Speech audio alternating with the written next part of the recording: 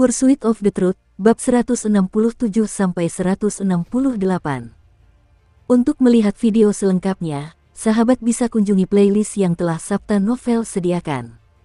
Yuk mari, kita berimajinasi bersama dan masuk ke alur ceritanya.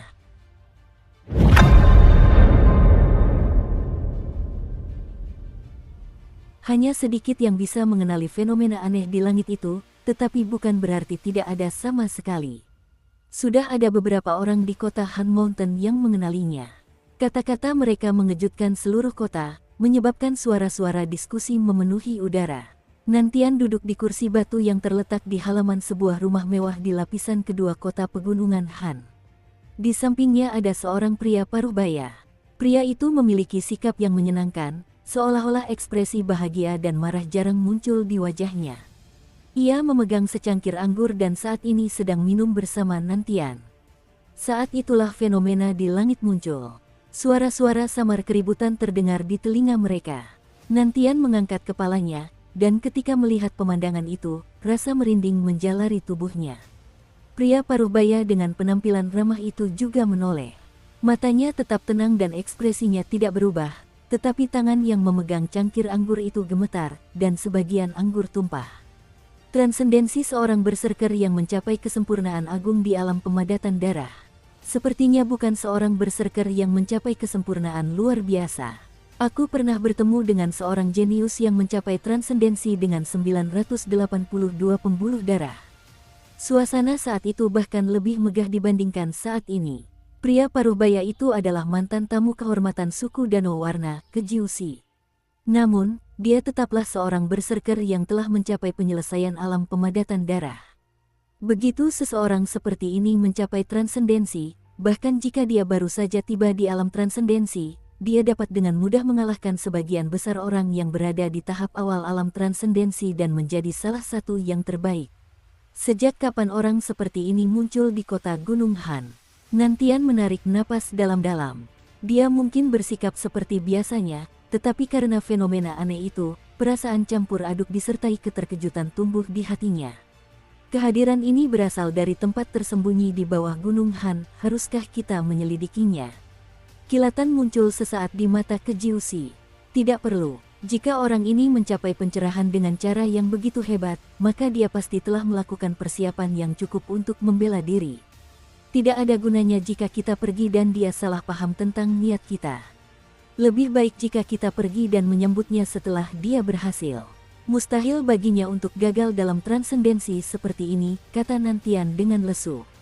Mungkinkah orang ini adalah musuh misterius yang belakangan ini menjadi terkenal? Tanya Kejiusi tiba-tiba. Nantian menyipitkan matanya dan menatap fenomena aneh di langit itu sejenak. Setelah ragu sejenak, dia menggelengkan kepalanya. Aku pernah mengamati musuh itu sebelumnya. Dia sepertinya bukan orang yang belum pernah mencapai transendensi. Bahkan, dia tampak seperti orang yang awalnya telah mencapai transendensi, tetapi karena suatu kecelakaan, tingkat kultivasinya menurun, seharusnya bukan dia. Kejiusi terdiam. Di tengah keraguannya, Nantian memandang pemandangan aneh di langit, dan mendapati dirinya tidak bisa mengambil keputusan.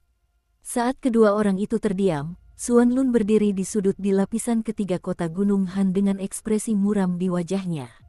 Sambil menatap fenomena aneh di langit, ekspresinya terus berubah. Siapakah orang ini? Jika dia memilih untuk transendensi sekarang, pasti karena dia sedang bersiap untuk memasuki klan langit beku, penyelesaian di alam pemadatan darah, selama kau tidak memprovokasiku, aku tidak akan mengganggumu, tetapi jika kau menghalangi jalanku, maka aku akan menguji apakah para berserker transendensi yang telah mencapai penyelesaian di alam pemadatan darah benar-benar sekuat yang dikatakan. Ketika fenomena aneh di langit muncul, bukan hanya penduduk kota Gunung Han yang terkejut dan mulai berdiskusi dengan saksama. Perubahan di langit itu juga menarik perhatian ketiga suku tersebut. Ekspresi Yan Luan tampak serius saat ia berdiri di puncak gunung suku Danau Warna dan memandang langit. Rambut hitamnya tergerai tertiup angin. Ia mengenakan jubah merah dan tampak sangat cantik. Mencapai transendensi di kota Gunung Han. Aku tidak akan keberatan jika itu hanya transendensi berserker biasa, tapi kau adalah salah satu berserker langka yang telah mencapai kesempurnaan di alam pemadatan darah. Tidakkah kau tahu bahwa orang sepertimu tidak diperbolehkan mencapai transendensi sesuka hati di wilayah orang lain? Siapa kamu? Yan Luan ragu sejenak sebelum menundukkan kepala dan memandang ngarai di bawah kota Han Mountain. Dia bisa merasakan bahwa orang yang sedang mencapai tingkat transendensi ada di sana. Namun, dia tidak bertindak gegabah. Dia telah sampai pada kesimpulan yang sama dengan Nantian. Mereka yang telah mencapai kesempurnaan di alam pemadatan darah pastilah orang-orang luar biasa. Mustahil bagi seorang berserker yang kuat seperti itu untuk tidak melakukan persiapan apapun untuk transendensinya. Kecuali jika ada semacam kebencian yang membara di antara mereka, sangat sedikit orang yang akan pergi mencari orang-orang ini ketika mereka sedang menjelma, apalagi Yan Luan, yang merupakan pemimpin suku Danau Warna. Ada banyak hal lain yang harus dia pertimbangkan dengan matang. Demikian pula, selain orang-orang lain dari suku Danau Warna yang menyaksikan pemandangan aneh di langit dari gunung suku Danau Warna, Han Feizi juga memandang langit dengan tenang. Ada ketidakpastian di matanya, tetapi tidak ada rasa iri atau terkejut. Jika aku mencapai transendensi, ini juga akan terjadi padaku. Tapi siapakah ini? Mungkinkah dia? Han Feizi mengerutkan kening saat ia terdiam merenung. Sekelompok kecil orang berdiri dengan tenang di gunung suku Pukiang. Mereka juga memandang langit, tetapi tidak ada yang berbicara. Tidak ada yang tahu apa yang mereka pikirkan di tengah keheningan ini. Tetua suku Timur tenang duduk di puncak gunung. Di belakangnya ada pemimpin suku, Fang Sen, kepala pengawal, kepala perang, dan yang lainnya. Mereka semua memandang langit, ekspresi wajah mereka terus berubah antara terkejut, iri, dan ragu-ragu. Menarik. Tetua dari timur yang tenang tersenyum tipis. Selain Han Feizi dari suku Danau Warna, ini adalah orang kedua yang telah mencapai kesempurnaan di alam pemadatan darah, tetapi dia bukan salah satu dari kelompok timur tenang kita. Su Ming tidak menyadari bahwa kehadiran transenden yang dipicu oleh peningkatan aliran darahnya telah menyebabkan perubahan di langit, yang memaksa semua orang yang berada di tempat tersembunyi untuk duduk bersila dan bermeditasi untuk melawan ki mereka yang mengamuk dan tekanan menakutkan yang menimpa mereka. Ia pun tidak menyadari bahwa perubahan di tempat ini telah menarik perhatian dunia luar.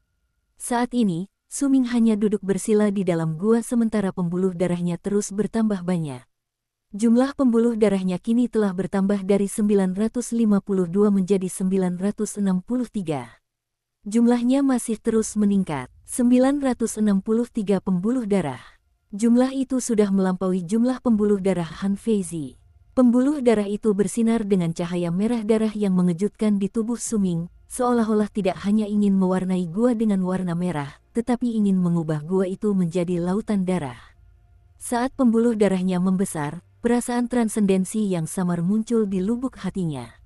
Perasaan ini secara bertahap menjadi lebih jelas. Dorongan yang tampaknya tak tertahankan perlahan terbentuk, membuatnya ingin mengangkat tangannya dan mengeluarkan tanda berserker miliknya sendiri. Pada saat yang bersamaan ketika pembuluh darah di tubuh Su Ming terus membesar, orang-orang yang berada di dekat gua gunung di tempat tersembunyi dan tidak dapat pergi menjadi pucat pasi. Ekspresi mereka dipenuhi rasa takut, mereka hampir mencapai batas kemampuan mereka. Begitu mereka tak mampu menahannya lagi, yang menanti mereka adalah tubuh mereka meledak dan pembuluh darah mereka tersedot keluar. Ini adalah seorang berserker yang telah mencapai penyelesaian transendensi alam pemadatan darah. Sebagian orang sudah menebak jawabannya. Namun begitu mereka mengetahuinya, mereka kehilangan keberanian untuk terus melawan.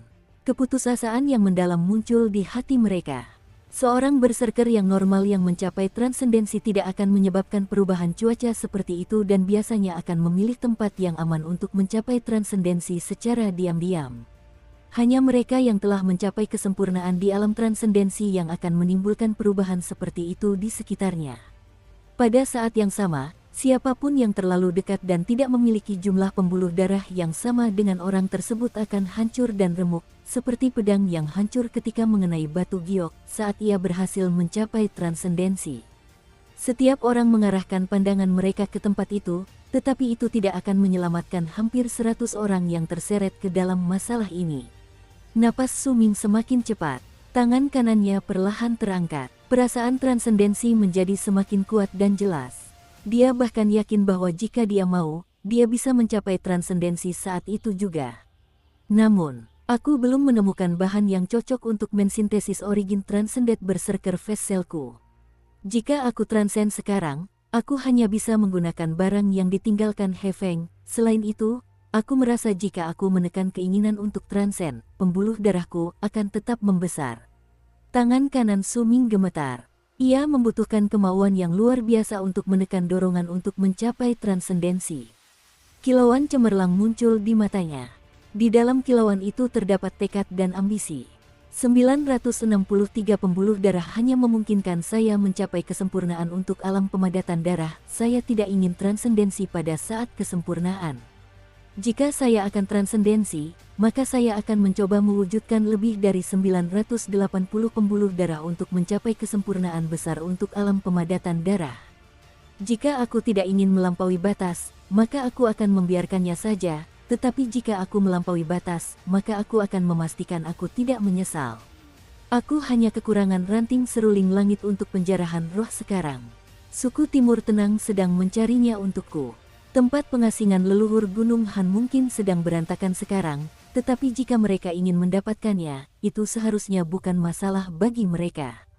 Jika aku mencapai transendensi, aku bertanya-tanya apakah rampasan roh ini dapat berfungsi sebagai wadah berserker asalku. Aku tidak bisa terburu-buru, aku tidak bisa terburu-buru. Mata Su Ming berkilat dan urat-urat di wajahnya menonjol saat ia menekan keinginannya untuk transendensi.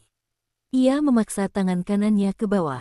Saat ia menekan tangan kanannya ke bawah, tubuhnya tiba-tiba mulai bergetar hebat. Suara gemuruh menggema di udara.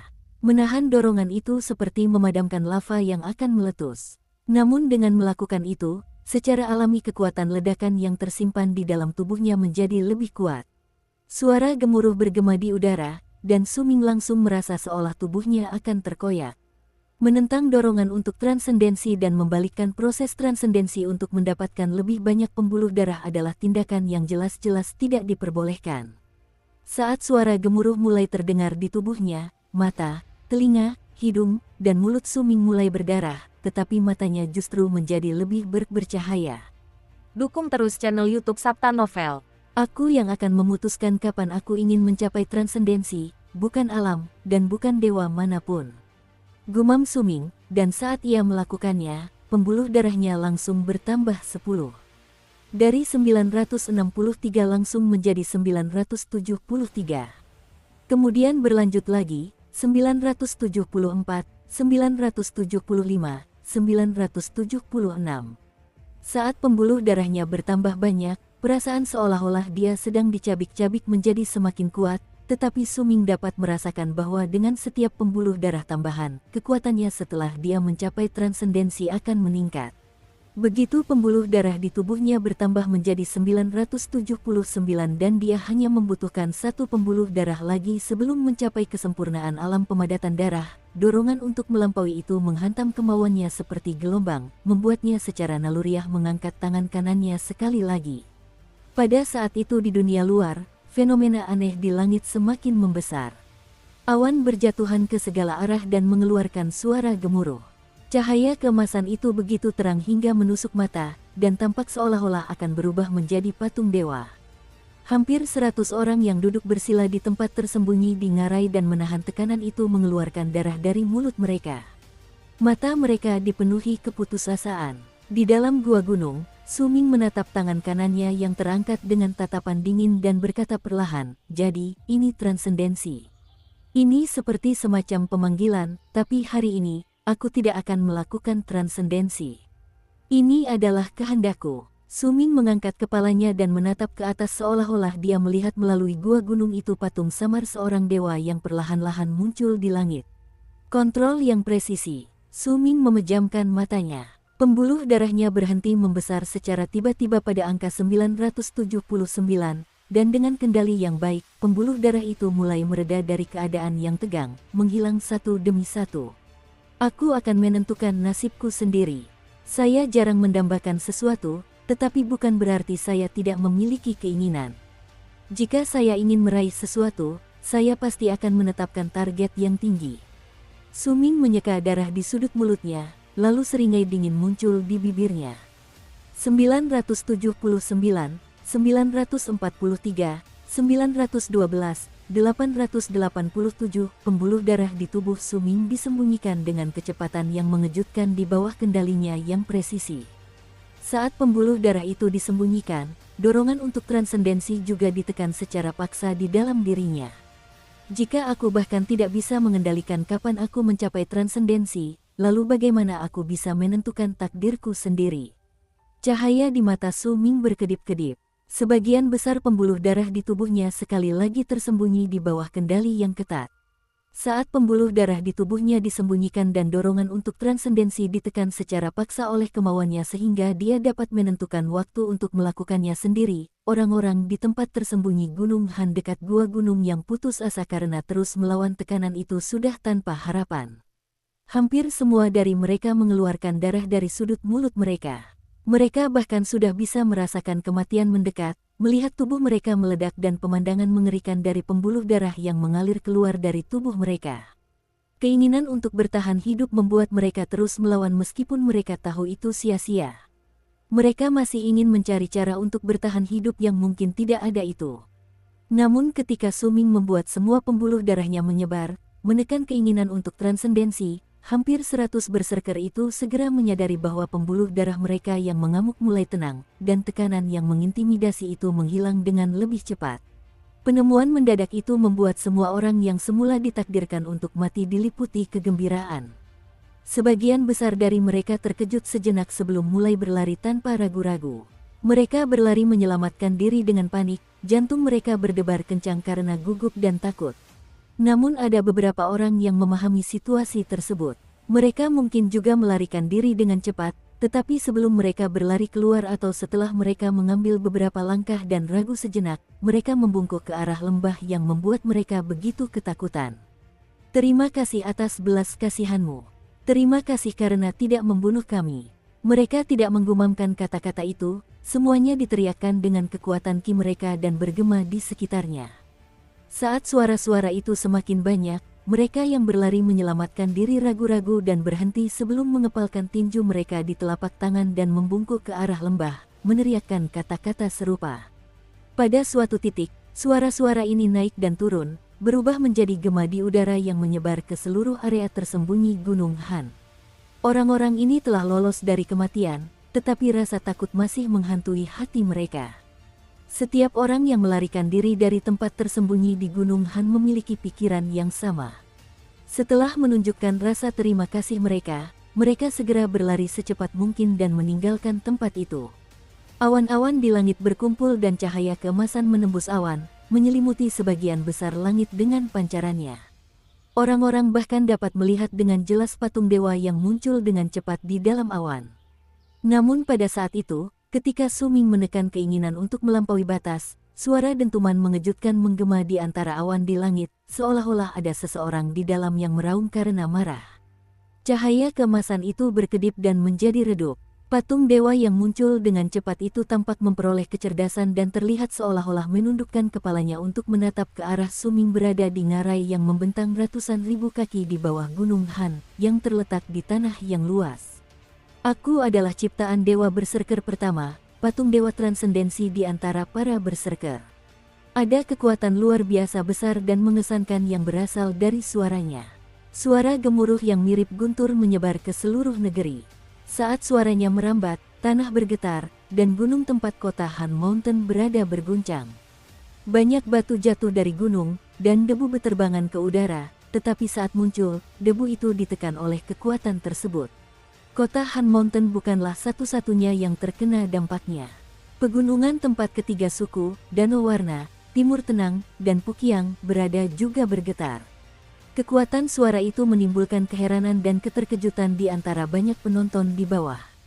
Tidak ada yang tahu siapa yang pertama kali berlutut, tetapi setelah beberapa saat, hampir semua orang berlutut di tanah untuk menyembah patung dewa yang samar itu. Kerumunan di kota Gunung Han bagaikan massa hitam yang berlutut di tanah. Wajah mereka dipenuhi fanatisme dan kekaguman saat mereka memandang sosok di langit. Telinga mereka bergema dengan suara agungnya. Sebagian besar dari mereka belum pernah melihat penampakan patung dewa yang muncul di langit sepanjang hidup mereka. Aku pernah mendengar tentang 3 patung dewa agung suku berserker. Semuanya diciptakan oleh Dewa Berserker pertama, dan masing-masing melambangkan 3 alam agung dalam suku Berserker, transendensi, pengorbanan tulang, jiwa Berserker. Kupikir itu hanya legenda, bagaimana mungkin aku tahu? Siapa yang akan tahu? Ini nyata. Patung Dewa Transendensi, ini adalah salah satu dari 3 patung Dewa Agung suku Berserker, patung Dewa Transendensi. Nantian dan Kejiusi tak kuasa menahan rasa takut. Keduanya berlutut dengan satu lutut dan menatap patung dewa yang samar di langit, merasa terguncang hingga ke lubuk hati. Ini kedua kalinya aku melihat patung dewa ini. Bentuknya sedikit lebih samar daripada saat terakhir kali aku melihatnya, tapi ini pertama kalinya aku mendengar patung dewa itu berbicara. Aku mungkin tahu bahwa legenda tentang 3 patung dewa itu nyata, tetapi ini adalah pertama kalinya aku melihatnya dengan mata kepala sendiri. Dikatakan dalam legenda bahwa hanya mereka yang telah mencapai kesempurnaan di alam pemadatan darah yang dapat memanggil patung dewa yang diabadikan di dalam dinasti Yu Agung.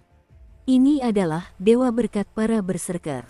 Xuan Lun juga berlutut dengan satu lutut di sebuah sudut di kota Gunung Han sambil menatap patung dewa di langit dengan ekspresi tercengang.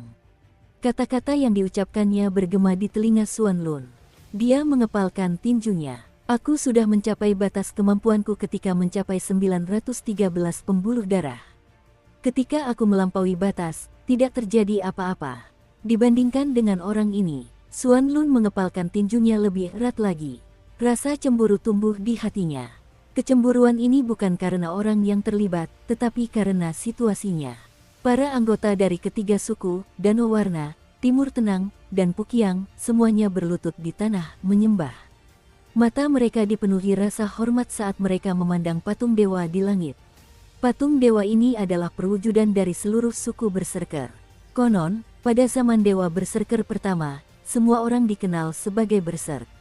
Tidak ada alam yang bisa disebut-sebut, juga tidak ada cara untuk berlatih. Dewa berserker pertama menggunakan kekuatannya yang besar dan waktu yang tak terhitung jumlahnya untuk menjelajahi tubuhnya, menciptakan 3 patung dewa, dan sejak saat itu, menciptakan alam yang cocok bagi para berserker untuk berlatih transendensi, pengorbanan tulang, dan jiwa berserker. Ini bukan pertama kalinya aku melihat patung dewa transendensi, tapi ini pertama kalinya aku mendengarnya berbicara. Ekspresi Yan Luan penuh hormat saat ia berdiri di puncak gunung Danau Warna. Tidak ada sedikit pun tatapan mempesona yang biasanya terpancar di wajahnya. Saat ini, ia tampak semurni selembar kertas bambu yang belum pernah ditusuk, bersih dan tanpa kata-kata. Saat suara agung dari patung dewa yang samar di langit bergema di udara, suaranya sampai ke telinga semua orang di area tersebut dan masuk ke dalam pikiran Su Ming. Suara itu awalnya ditujukan untuknya. Jika para penonton sudah bisa merasakan kekuatannya hanya dengan mendengarnya, maka Su Ming, yang berada di tengah-tengah semuanya, merasa seolah suara itu bergemuruh di hatinya seperti jutaan petir yang menggelegar di langit. Tubuhnya terasa seperti akan hancur. Ketika dia mendengar suara gemuruh yang mengguncang langit dan bumi, rasa merinding hebat menjalari tubuhnya. Darah mengalir dari sudut bibirnya, tetapi dia tidak berhenti mengendalikan tubuhnya dengan baik. Dia mengangkat kepalanya ke atas untuk melihat ke kejauhan. Meskipun dia tidak bisa melihat apa yang ada di luar, dia masih bisa merasakan sepasang mata menatapnya dari tempat suara itu berasal di langit. Tatapan itu dipenuhi dengan kekuatan yang mengesankan, tetapi tidak ada kehidupan di dalamnya. Itu hanyalah objek tak bernyawa. Kehendak yang dianugerahkan kepadaku sesuai dengan kehendak Dewa Berserker pertama. Aku ditugaskan untuk membantu transendensi suku berserker. Semua orang yang darahnya lebih kental daripada para leluhur berserker akan menerima berkat Dewa Berserker. Selama aku ada, aku akan memastikan hal itu terlaksana. Suaranya begitu dahsyat sehingga menyebabkan tanah bergetar sekali lagi. Mengapa engkau tidak melampaui batas? Cahaya cemerlang muncul di mata patung dewa yang redup di langit. Cahaya itu adalah cahaya keemasan tak berujung yang menyelimuti seluruh daratan dalam sekejap. Saat cahaya itu menyelimuti daratan, semua orang yang melihat akan menyadari bahwa bumi telah diwarnai emas. Kalimat terakhir itu membuat semua orang yang mendengarnya gemetar, dan berubah menjadi gema di hati Su Ming, seolah-olah ada banyak sekali orang yang meraung-raung, seolah-olah mereka semua menginterogasinya. Su Ming gemetar. Pembuluh darah yang selama ini disembunyikannya dengan kendali yang ketat kini lepas kendali dan menunjukkan tanda-tanda muncul kembali. Dorongan untuk transendensi yang selama ini ditekannya juga muncul kembali. Seolah-olah ada kemauan kuat yang berasal dari patung dewa itu yang memaksa Su Ming untuk mencapai transendensi saat ini juga. Sebagian ingatanku telah terhapus dan aku tidak punya kendali atas hal ini. Aku berasal dari gunung kegelapan dan tersedot ke dalam kehampaan, aku pun tidak memiliki kendali atas hal ini. Aku datang ke negeri pagi selatan dan mengalami banyak hal. Sebagian besar aku hanya mengikuti arus dari semua yang terjadi, dan aku juga tidak memiliki kendali atas hal ini. Aku mencari jati diriku. Aku ingin membuka mata dan melihat dunia yang mungkin belum pernah dilihat orang lain, tetapi pada akhirnya aku tetap menutup mata, aku pun tak punya kendali atas hal ini. Sepanjang hidupku sebagai Su Ming dan Mosu, seingatku, semua yang terjadi padaku sepertinya telah ditentukan oleh orang lain. Mereka tidak mengizinkanku untuk mengambil keputusan sendiri, mereka menolak untuk memberi kesempatan sedikit pun agar aku bisa berubah dan mengendalikan takdirku sendiri. Aku, yang bahkan tak mampu menempuh jalanku sendiri dan mengendalikan takdirku sendiri, akan mengendalikannya hari ini. Aku ingin menempuh jalanku sendiri. Aku tidak ingin mencapai transendensi sekarang, dan tak seorang pun bisa mengubahnya. Aku akan memutuskan kapan aku akan mencapai transendensi, kata Su Ming dengan tenang. Dia mungkin gemetar karena tekanan yang menakutkan dalam pikirannya, tetapi ketegasan dalam suaranya melambangkan pikiran-pikiran di dalam hatinya. Kau bilang kau adalah ciptaan dewa berserker pertama dan patung dewa yang membantu berserker dalam transendensi, lalu bagaimana dewa berserker pertama itu melakukan transendensi? Apakah ada seseorang yang memaksanya untuk melakukan transendensi? Aku tidak membutuhkanmu untuk melampaui batas. Begitu Su Ming meneriakkan tekadnya, dia menggunakan kendali yang tepat untuk kembali mengendalikan pembuluh darahnya dan menyembunyikannya sekali lagi. Patung dewa yang redup di langit itu terdiam sejenak sebelum menatap tajam ke ngarai Gunung Han. Seseorang yang menentang kehendak dewa pertama para berserker telah ditemukan. Sebagai orang yang telah melakukan pelanggaran pertama, kamu akan diberi peringatan. Suara itu persis seperti saat pertama kali terdengar, tidak ada sedikit pun perubahan nada suara yang naik atau turun. Saat kata-katanya menyebar, patung dewa yang samar itu perlahan memudar seolah menyatu dengan udara. Cahaya keemasan menghilang dan bersembunyi di langit bersama awan yang berguguran. Tanah itu diselimuti keheningan. Fenomena aneh itu mengejutkan semua orang yang melihatnya. Kejutan itu cukup untuk membuat semua orang memilih untuk menatap ngarai di bawah kota Gunung Han dalam diam dengan perasaan campur aduk. Ini adalah pertama kalinya semua orang yang menyaksikan di sini melihat seseorang yang awalnya seharusnya mencapai transendensi menolak transendensi. Siapakah dia? Mengapa dia melakukan itu? Aku sudah tahu, dia seorang berserker yang telah mencapai kesempurnaan di alam pemadatan darah, tapi mengapa dia menolak untuk transendensi? Aku tidak mengerti. Menentang kehendak dewa pertama para berserker adalah sesuatu yang belum pernah terdengar sebelumnya. Ketika patung dewa di langit dan awan menghilang, busur panjang meluncur dari kota Gunung Han, Gunung Danau Warna, Gunung Timur yang tenang, dan Gunung Pukyang menuju ngarai. Orang-orang ini adalah para berserker yang sangat kuat dari 3 suku dan kota Gunung Han. Mereka ingin tahu siapa sebenarnya yang menyebabkan pemandangan mengejutkan seperti itu terjadi.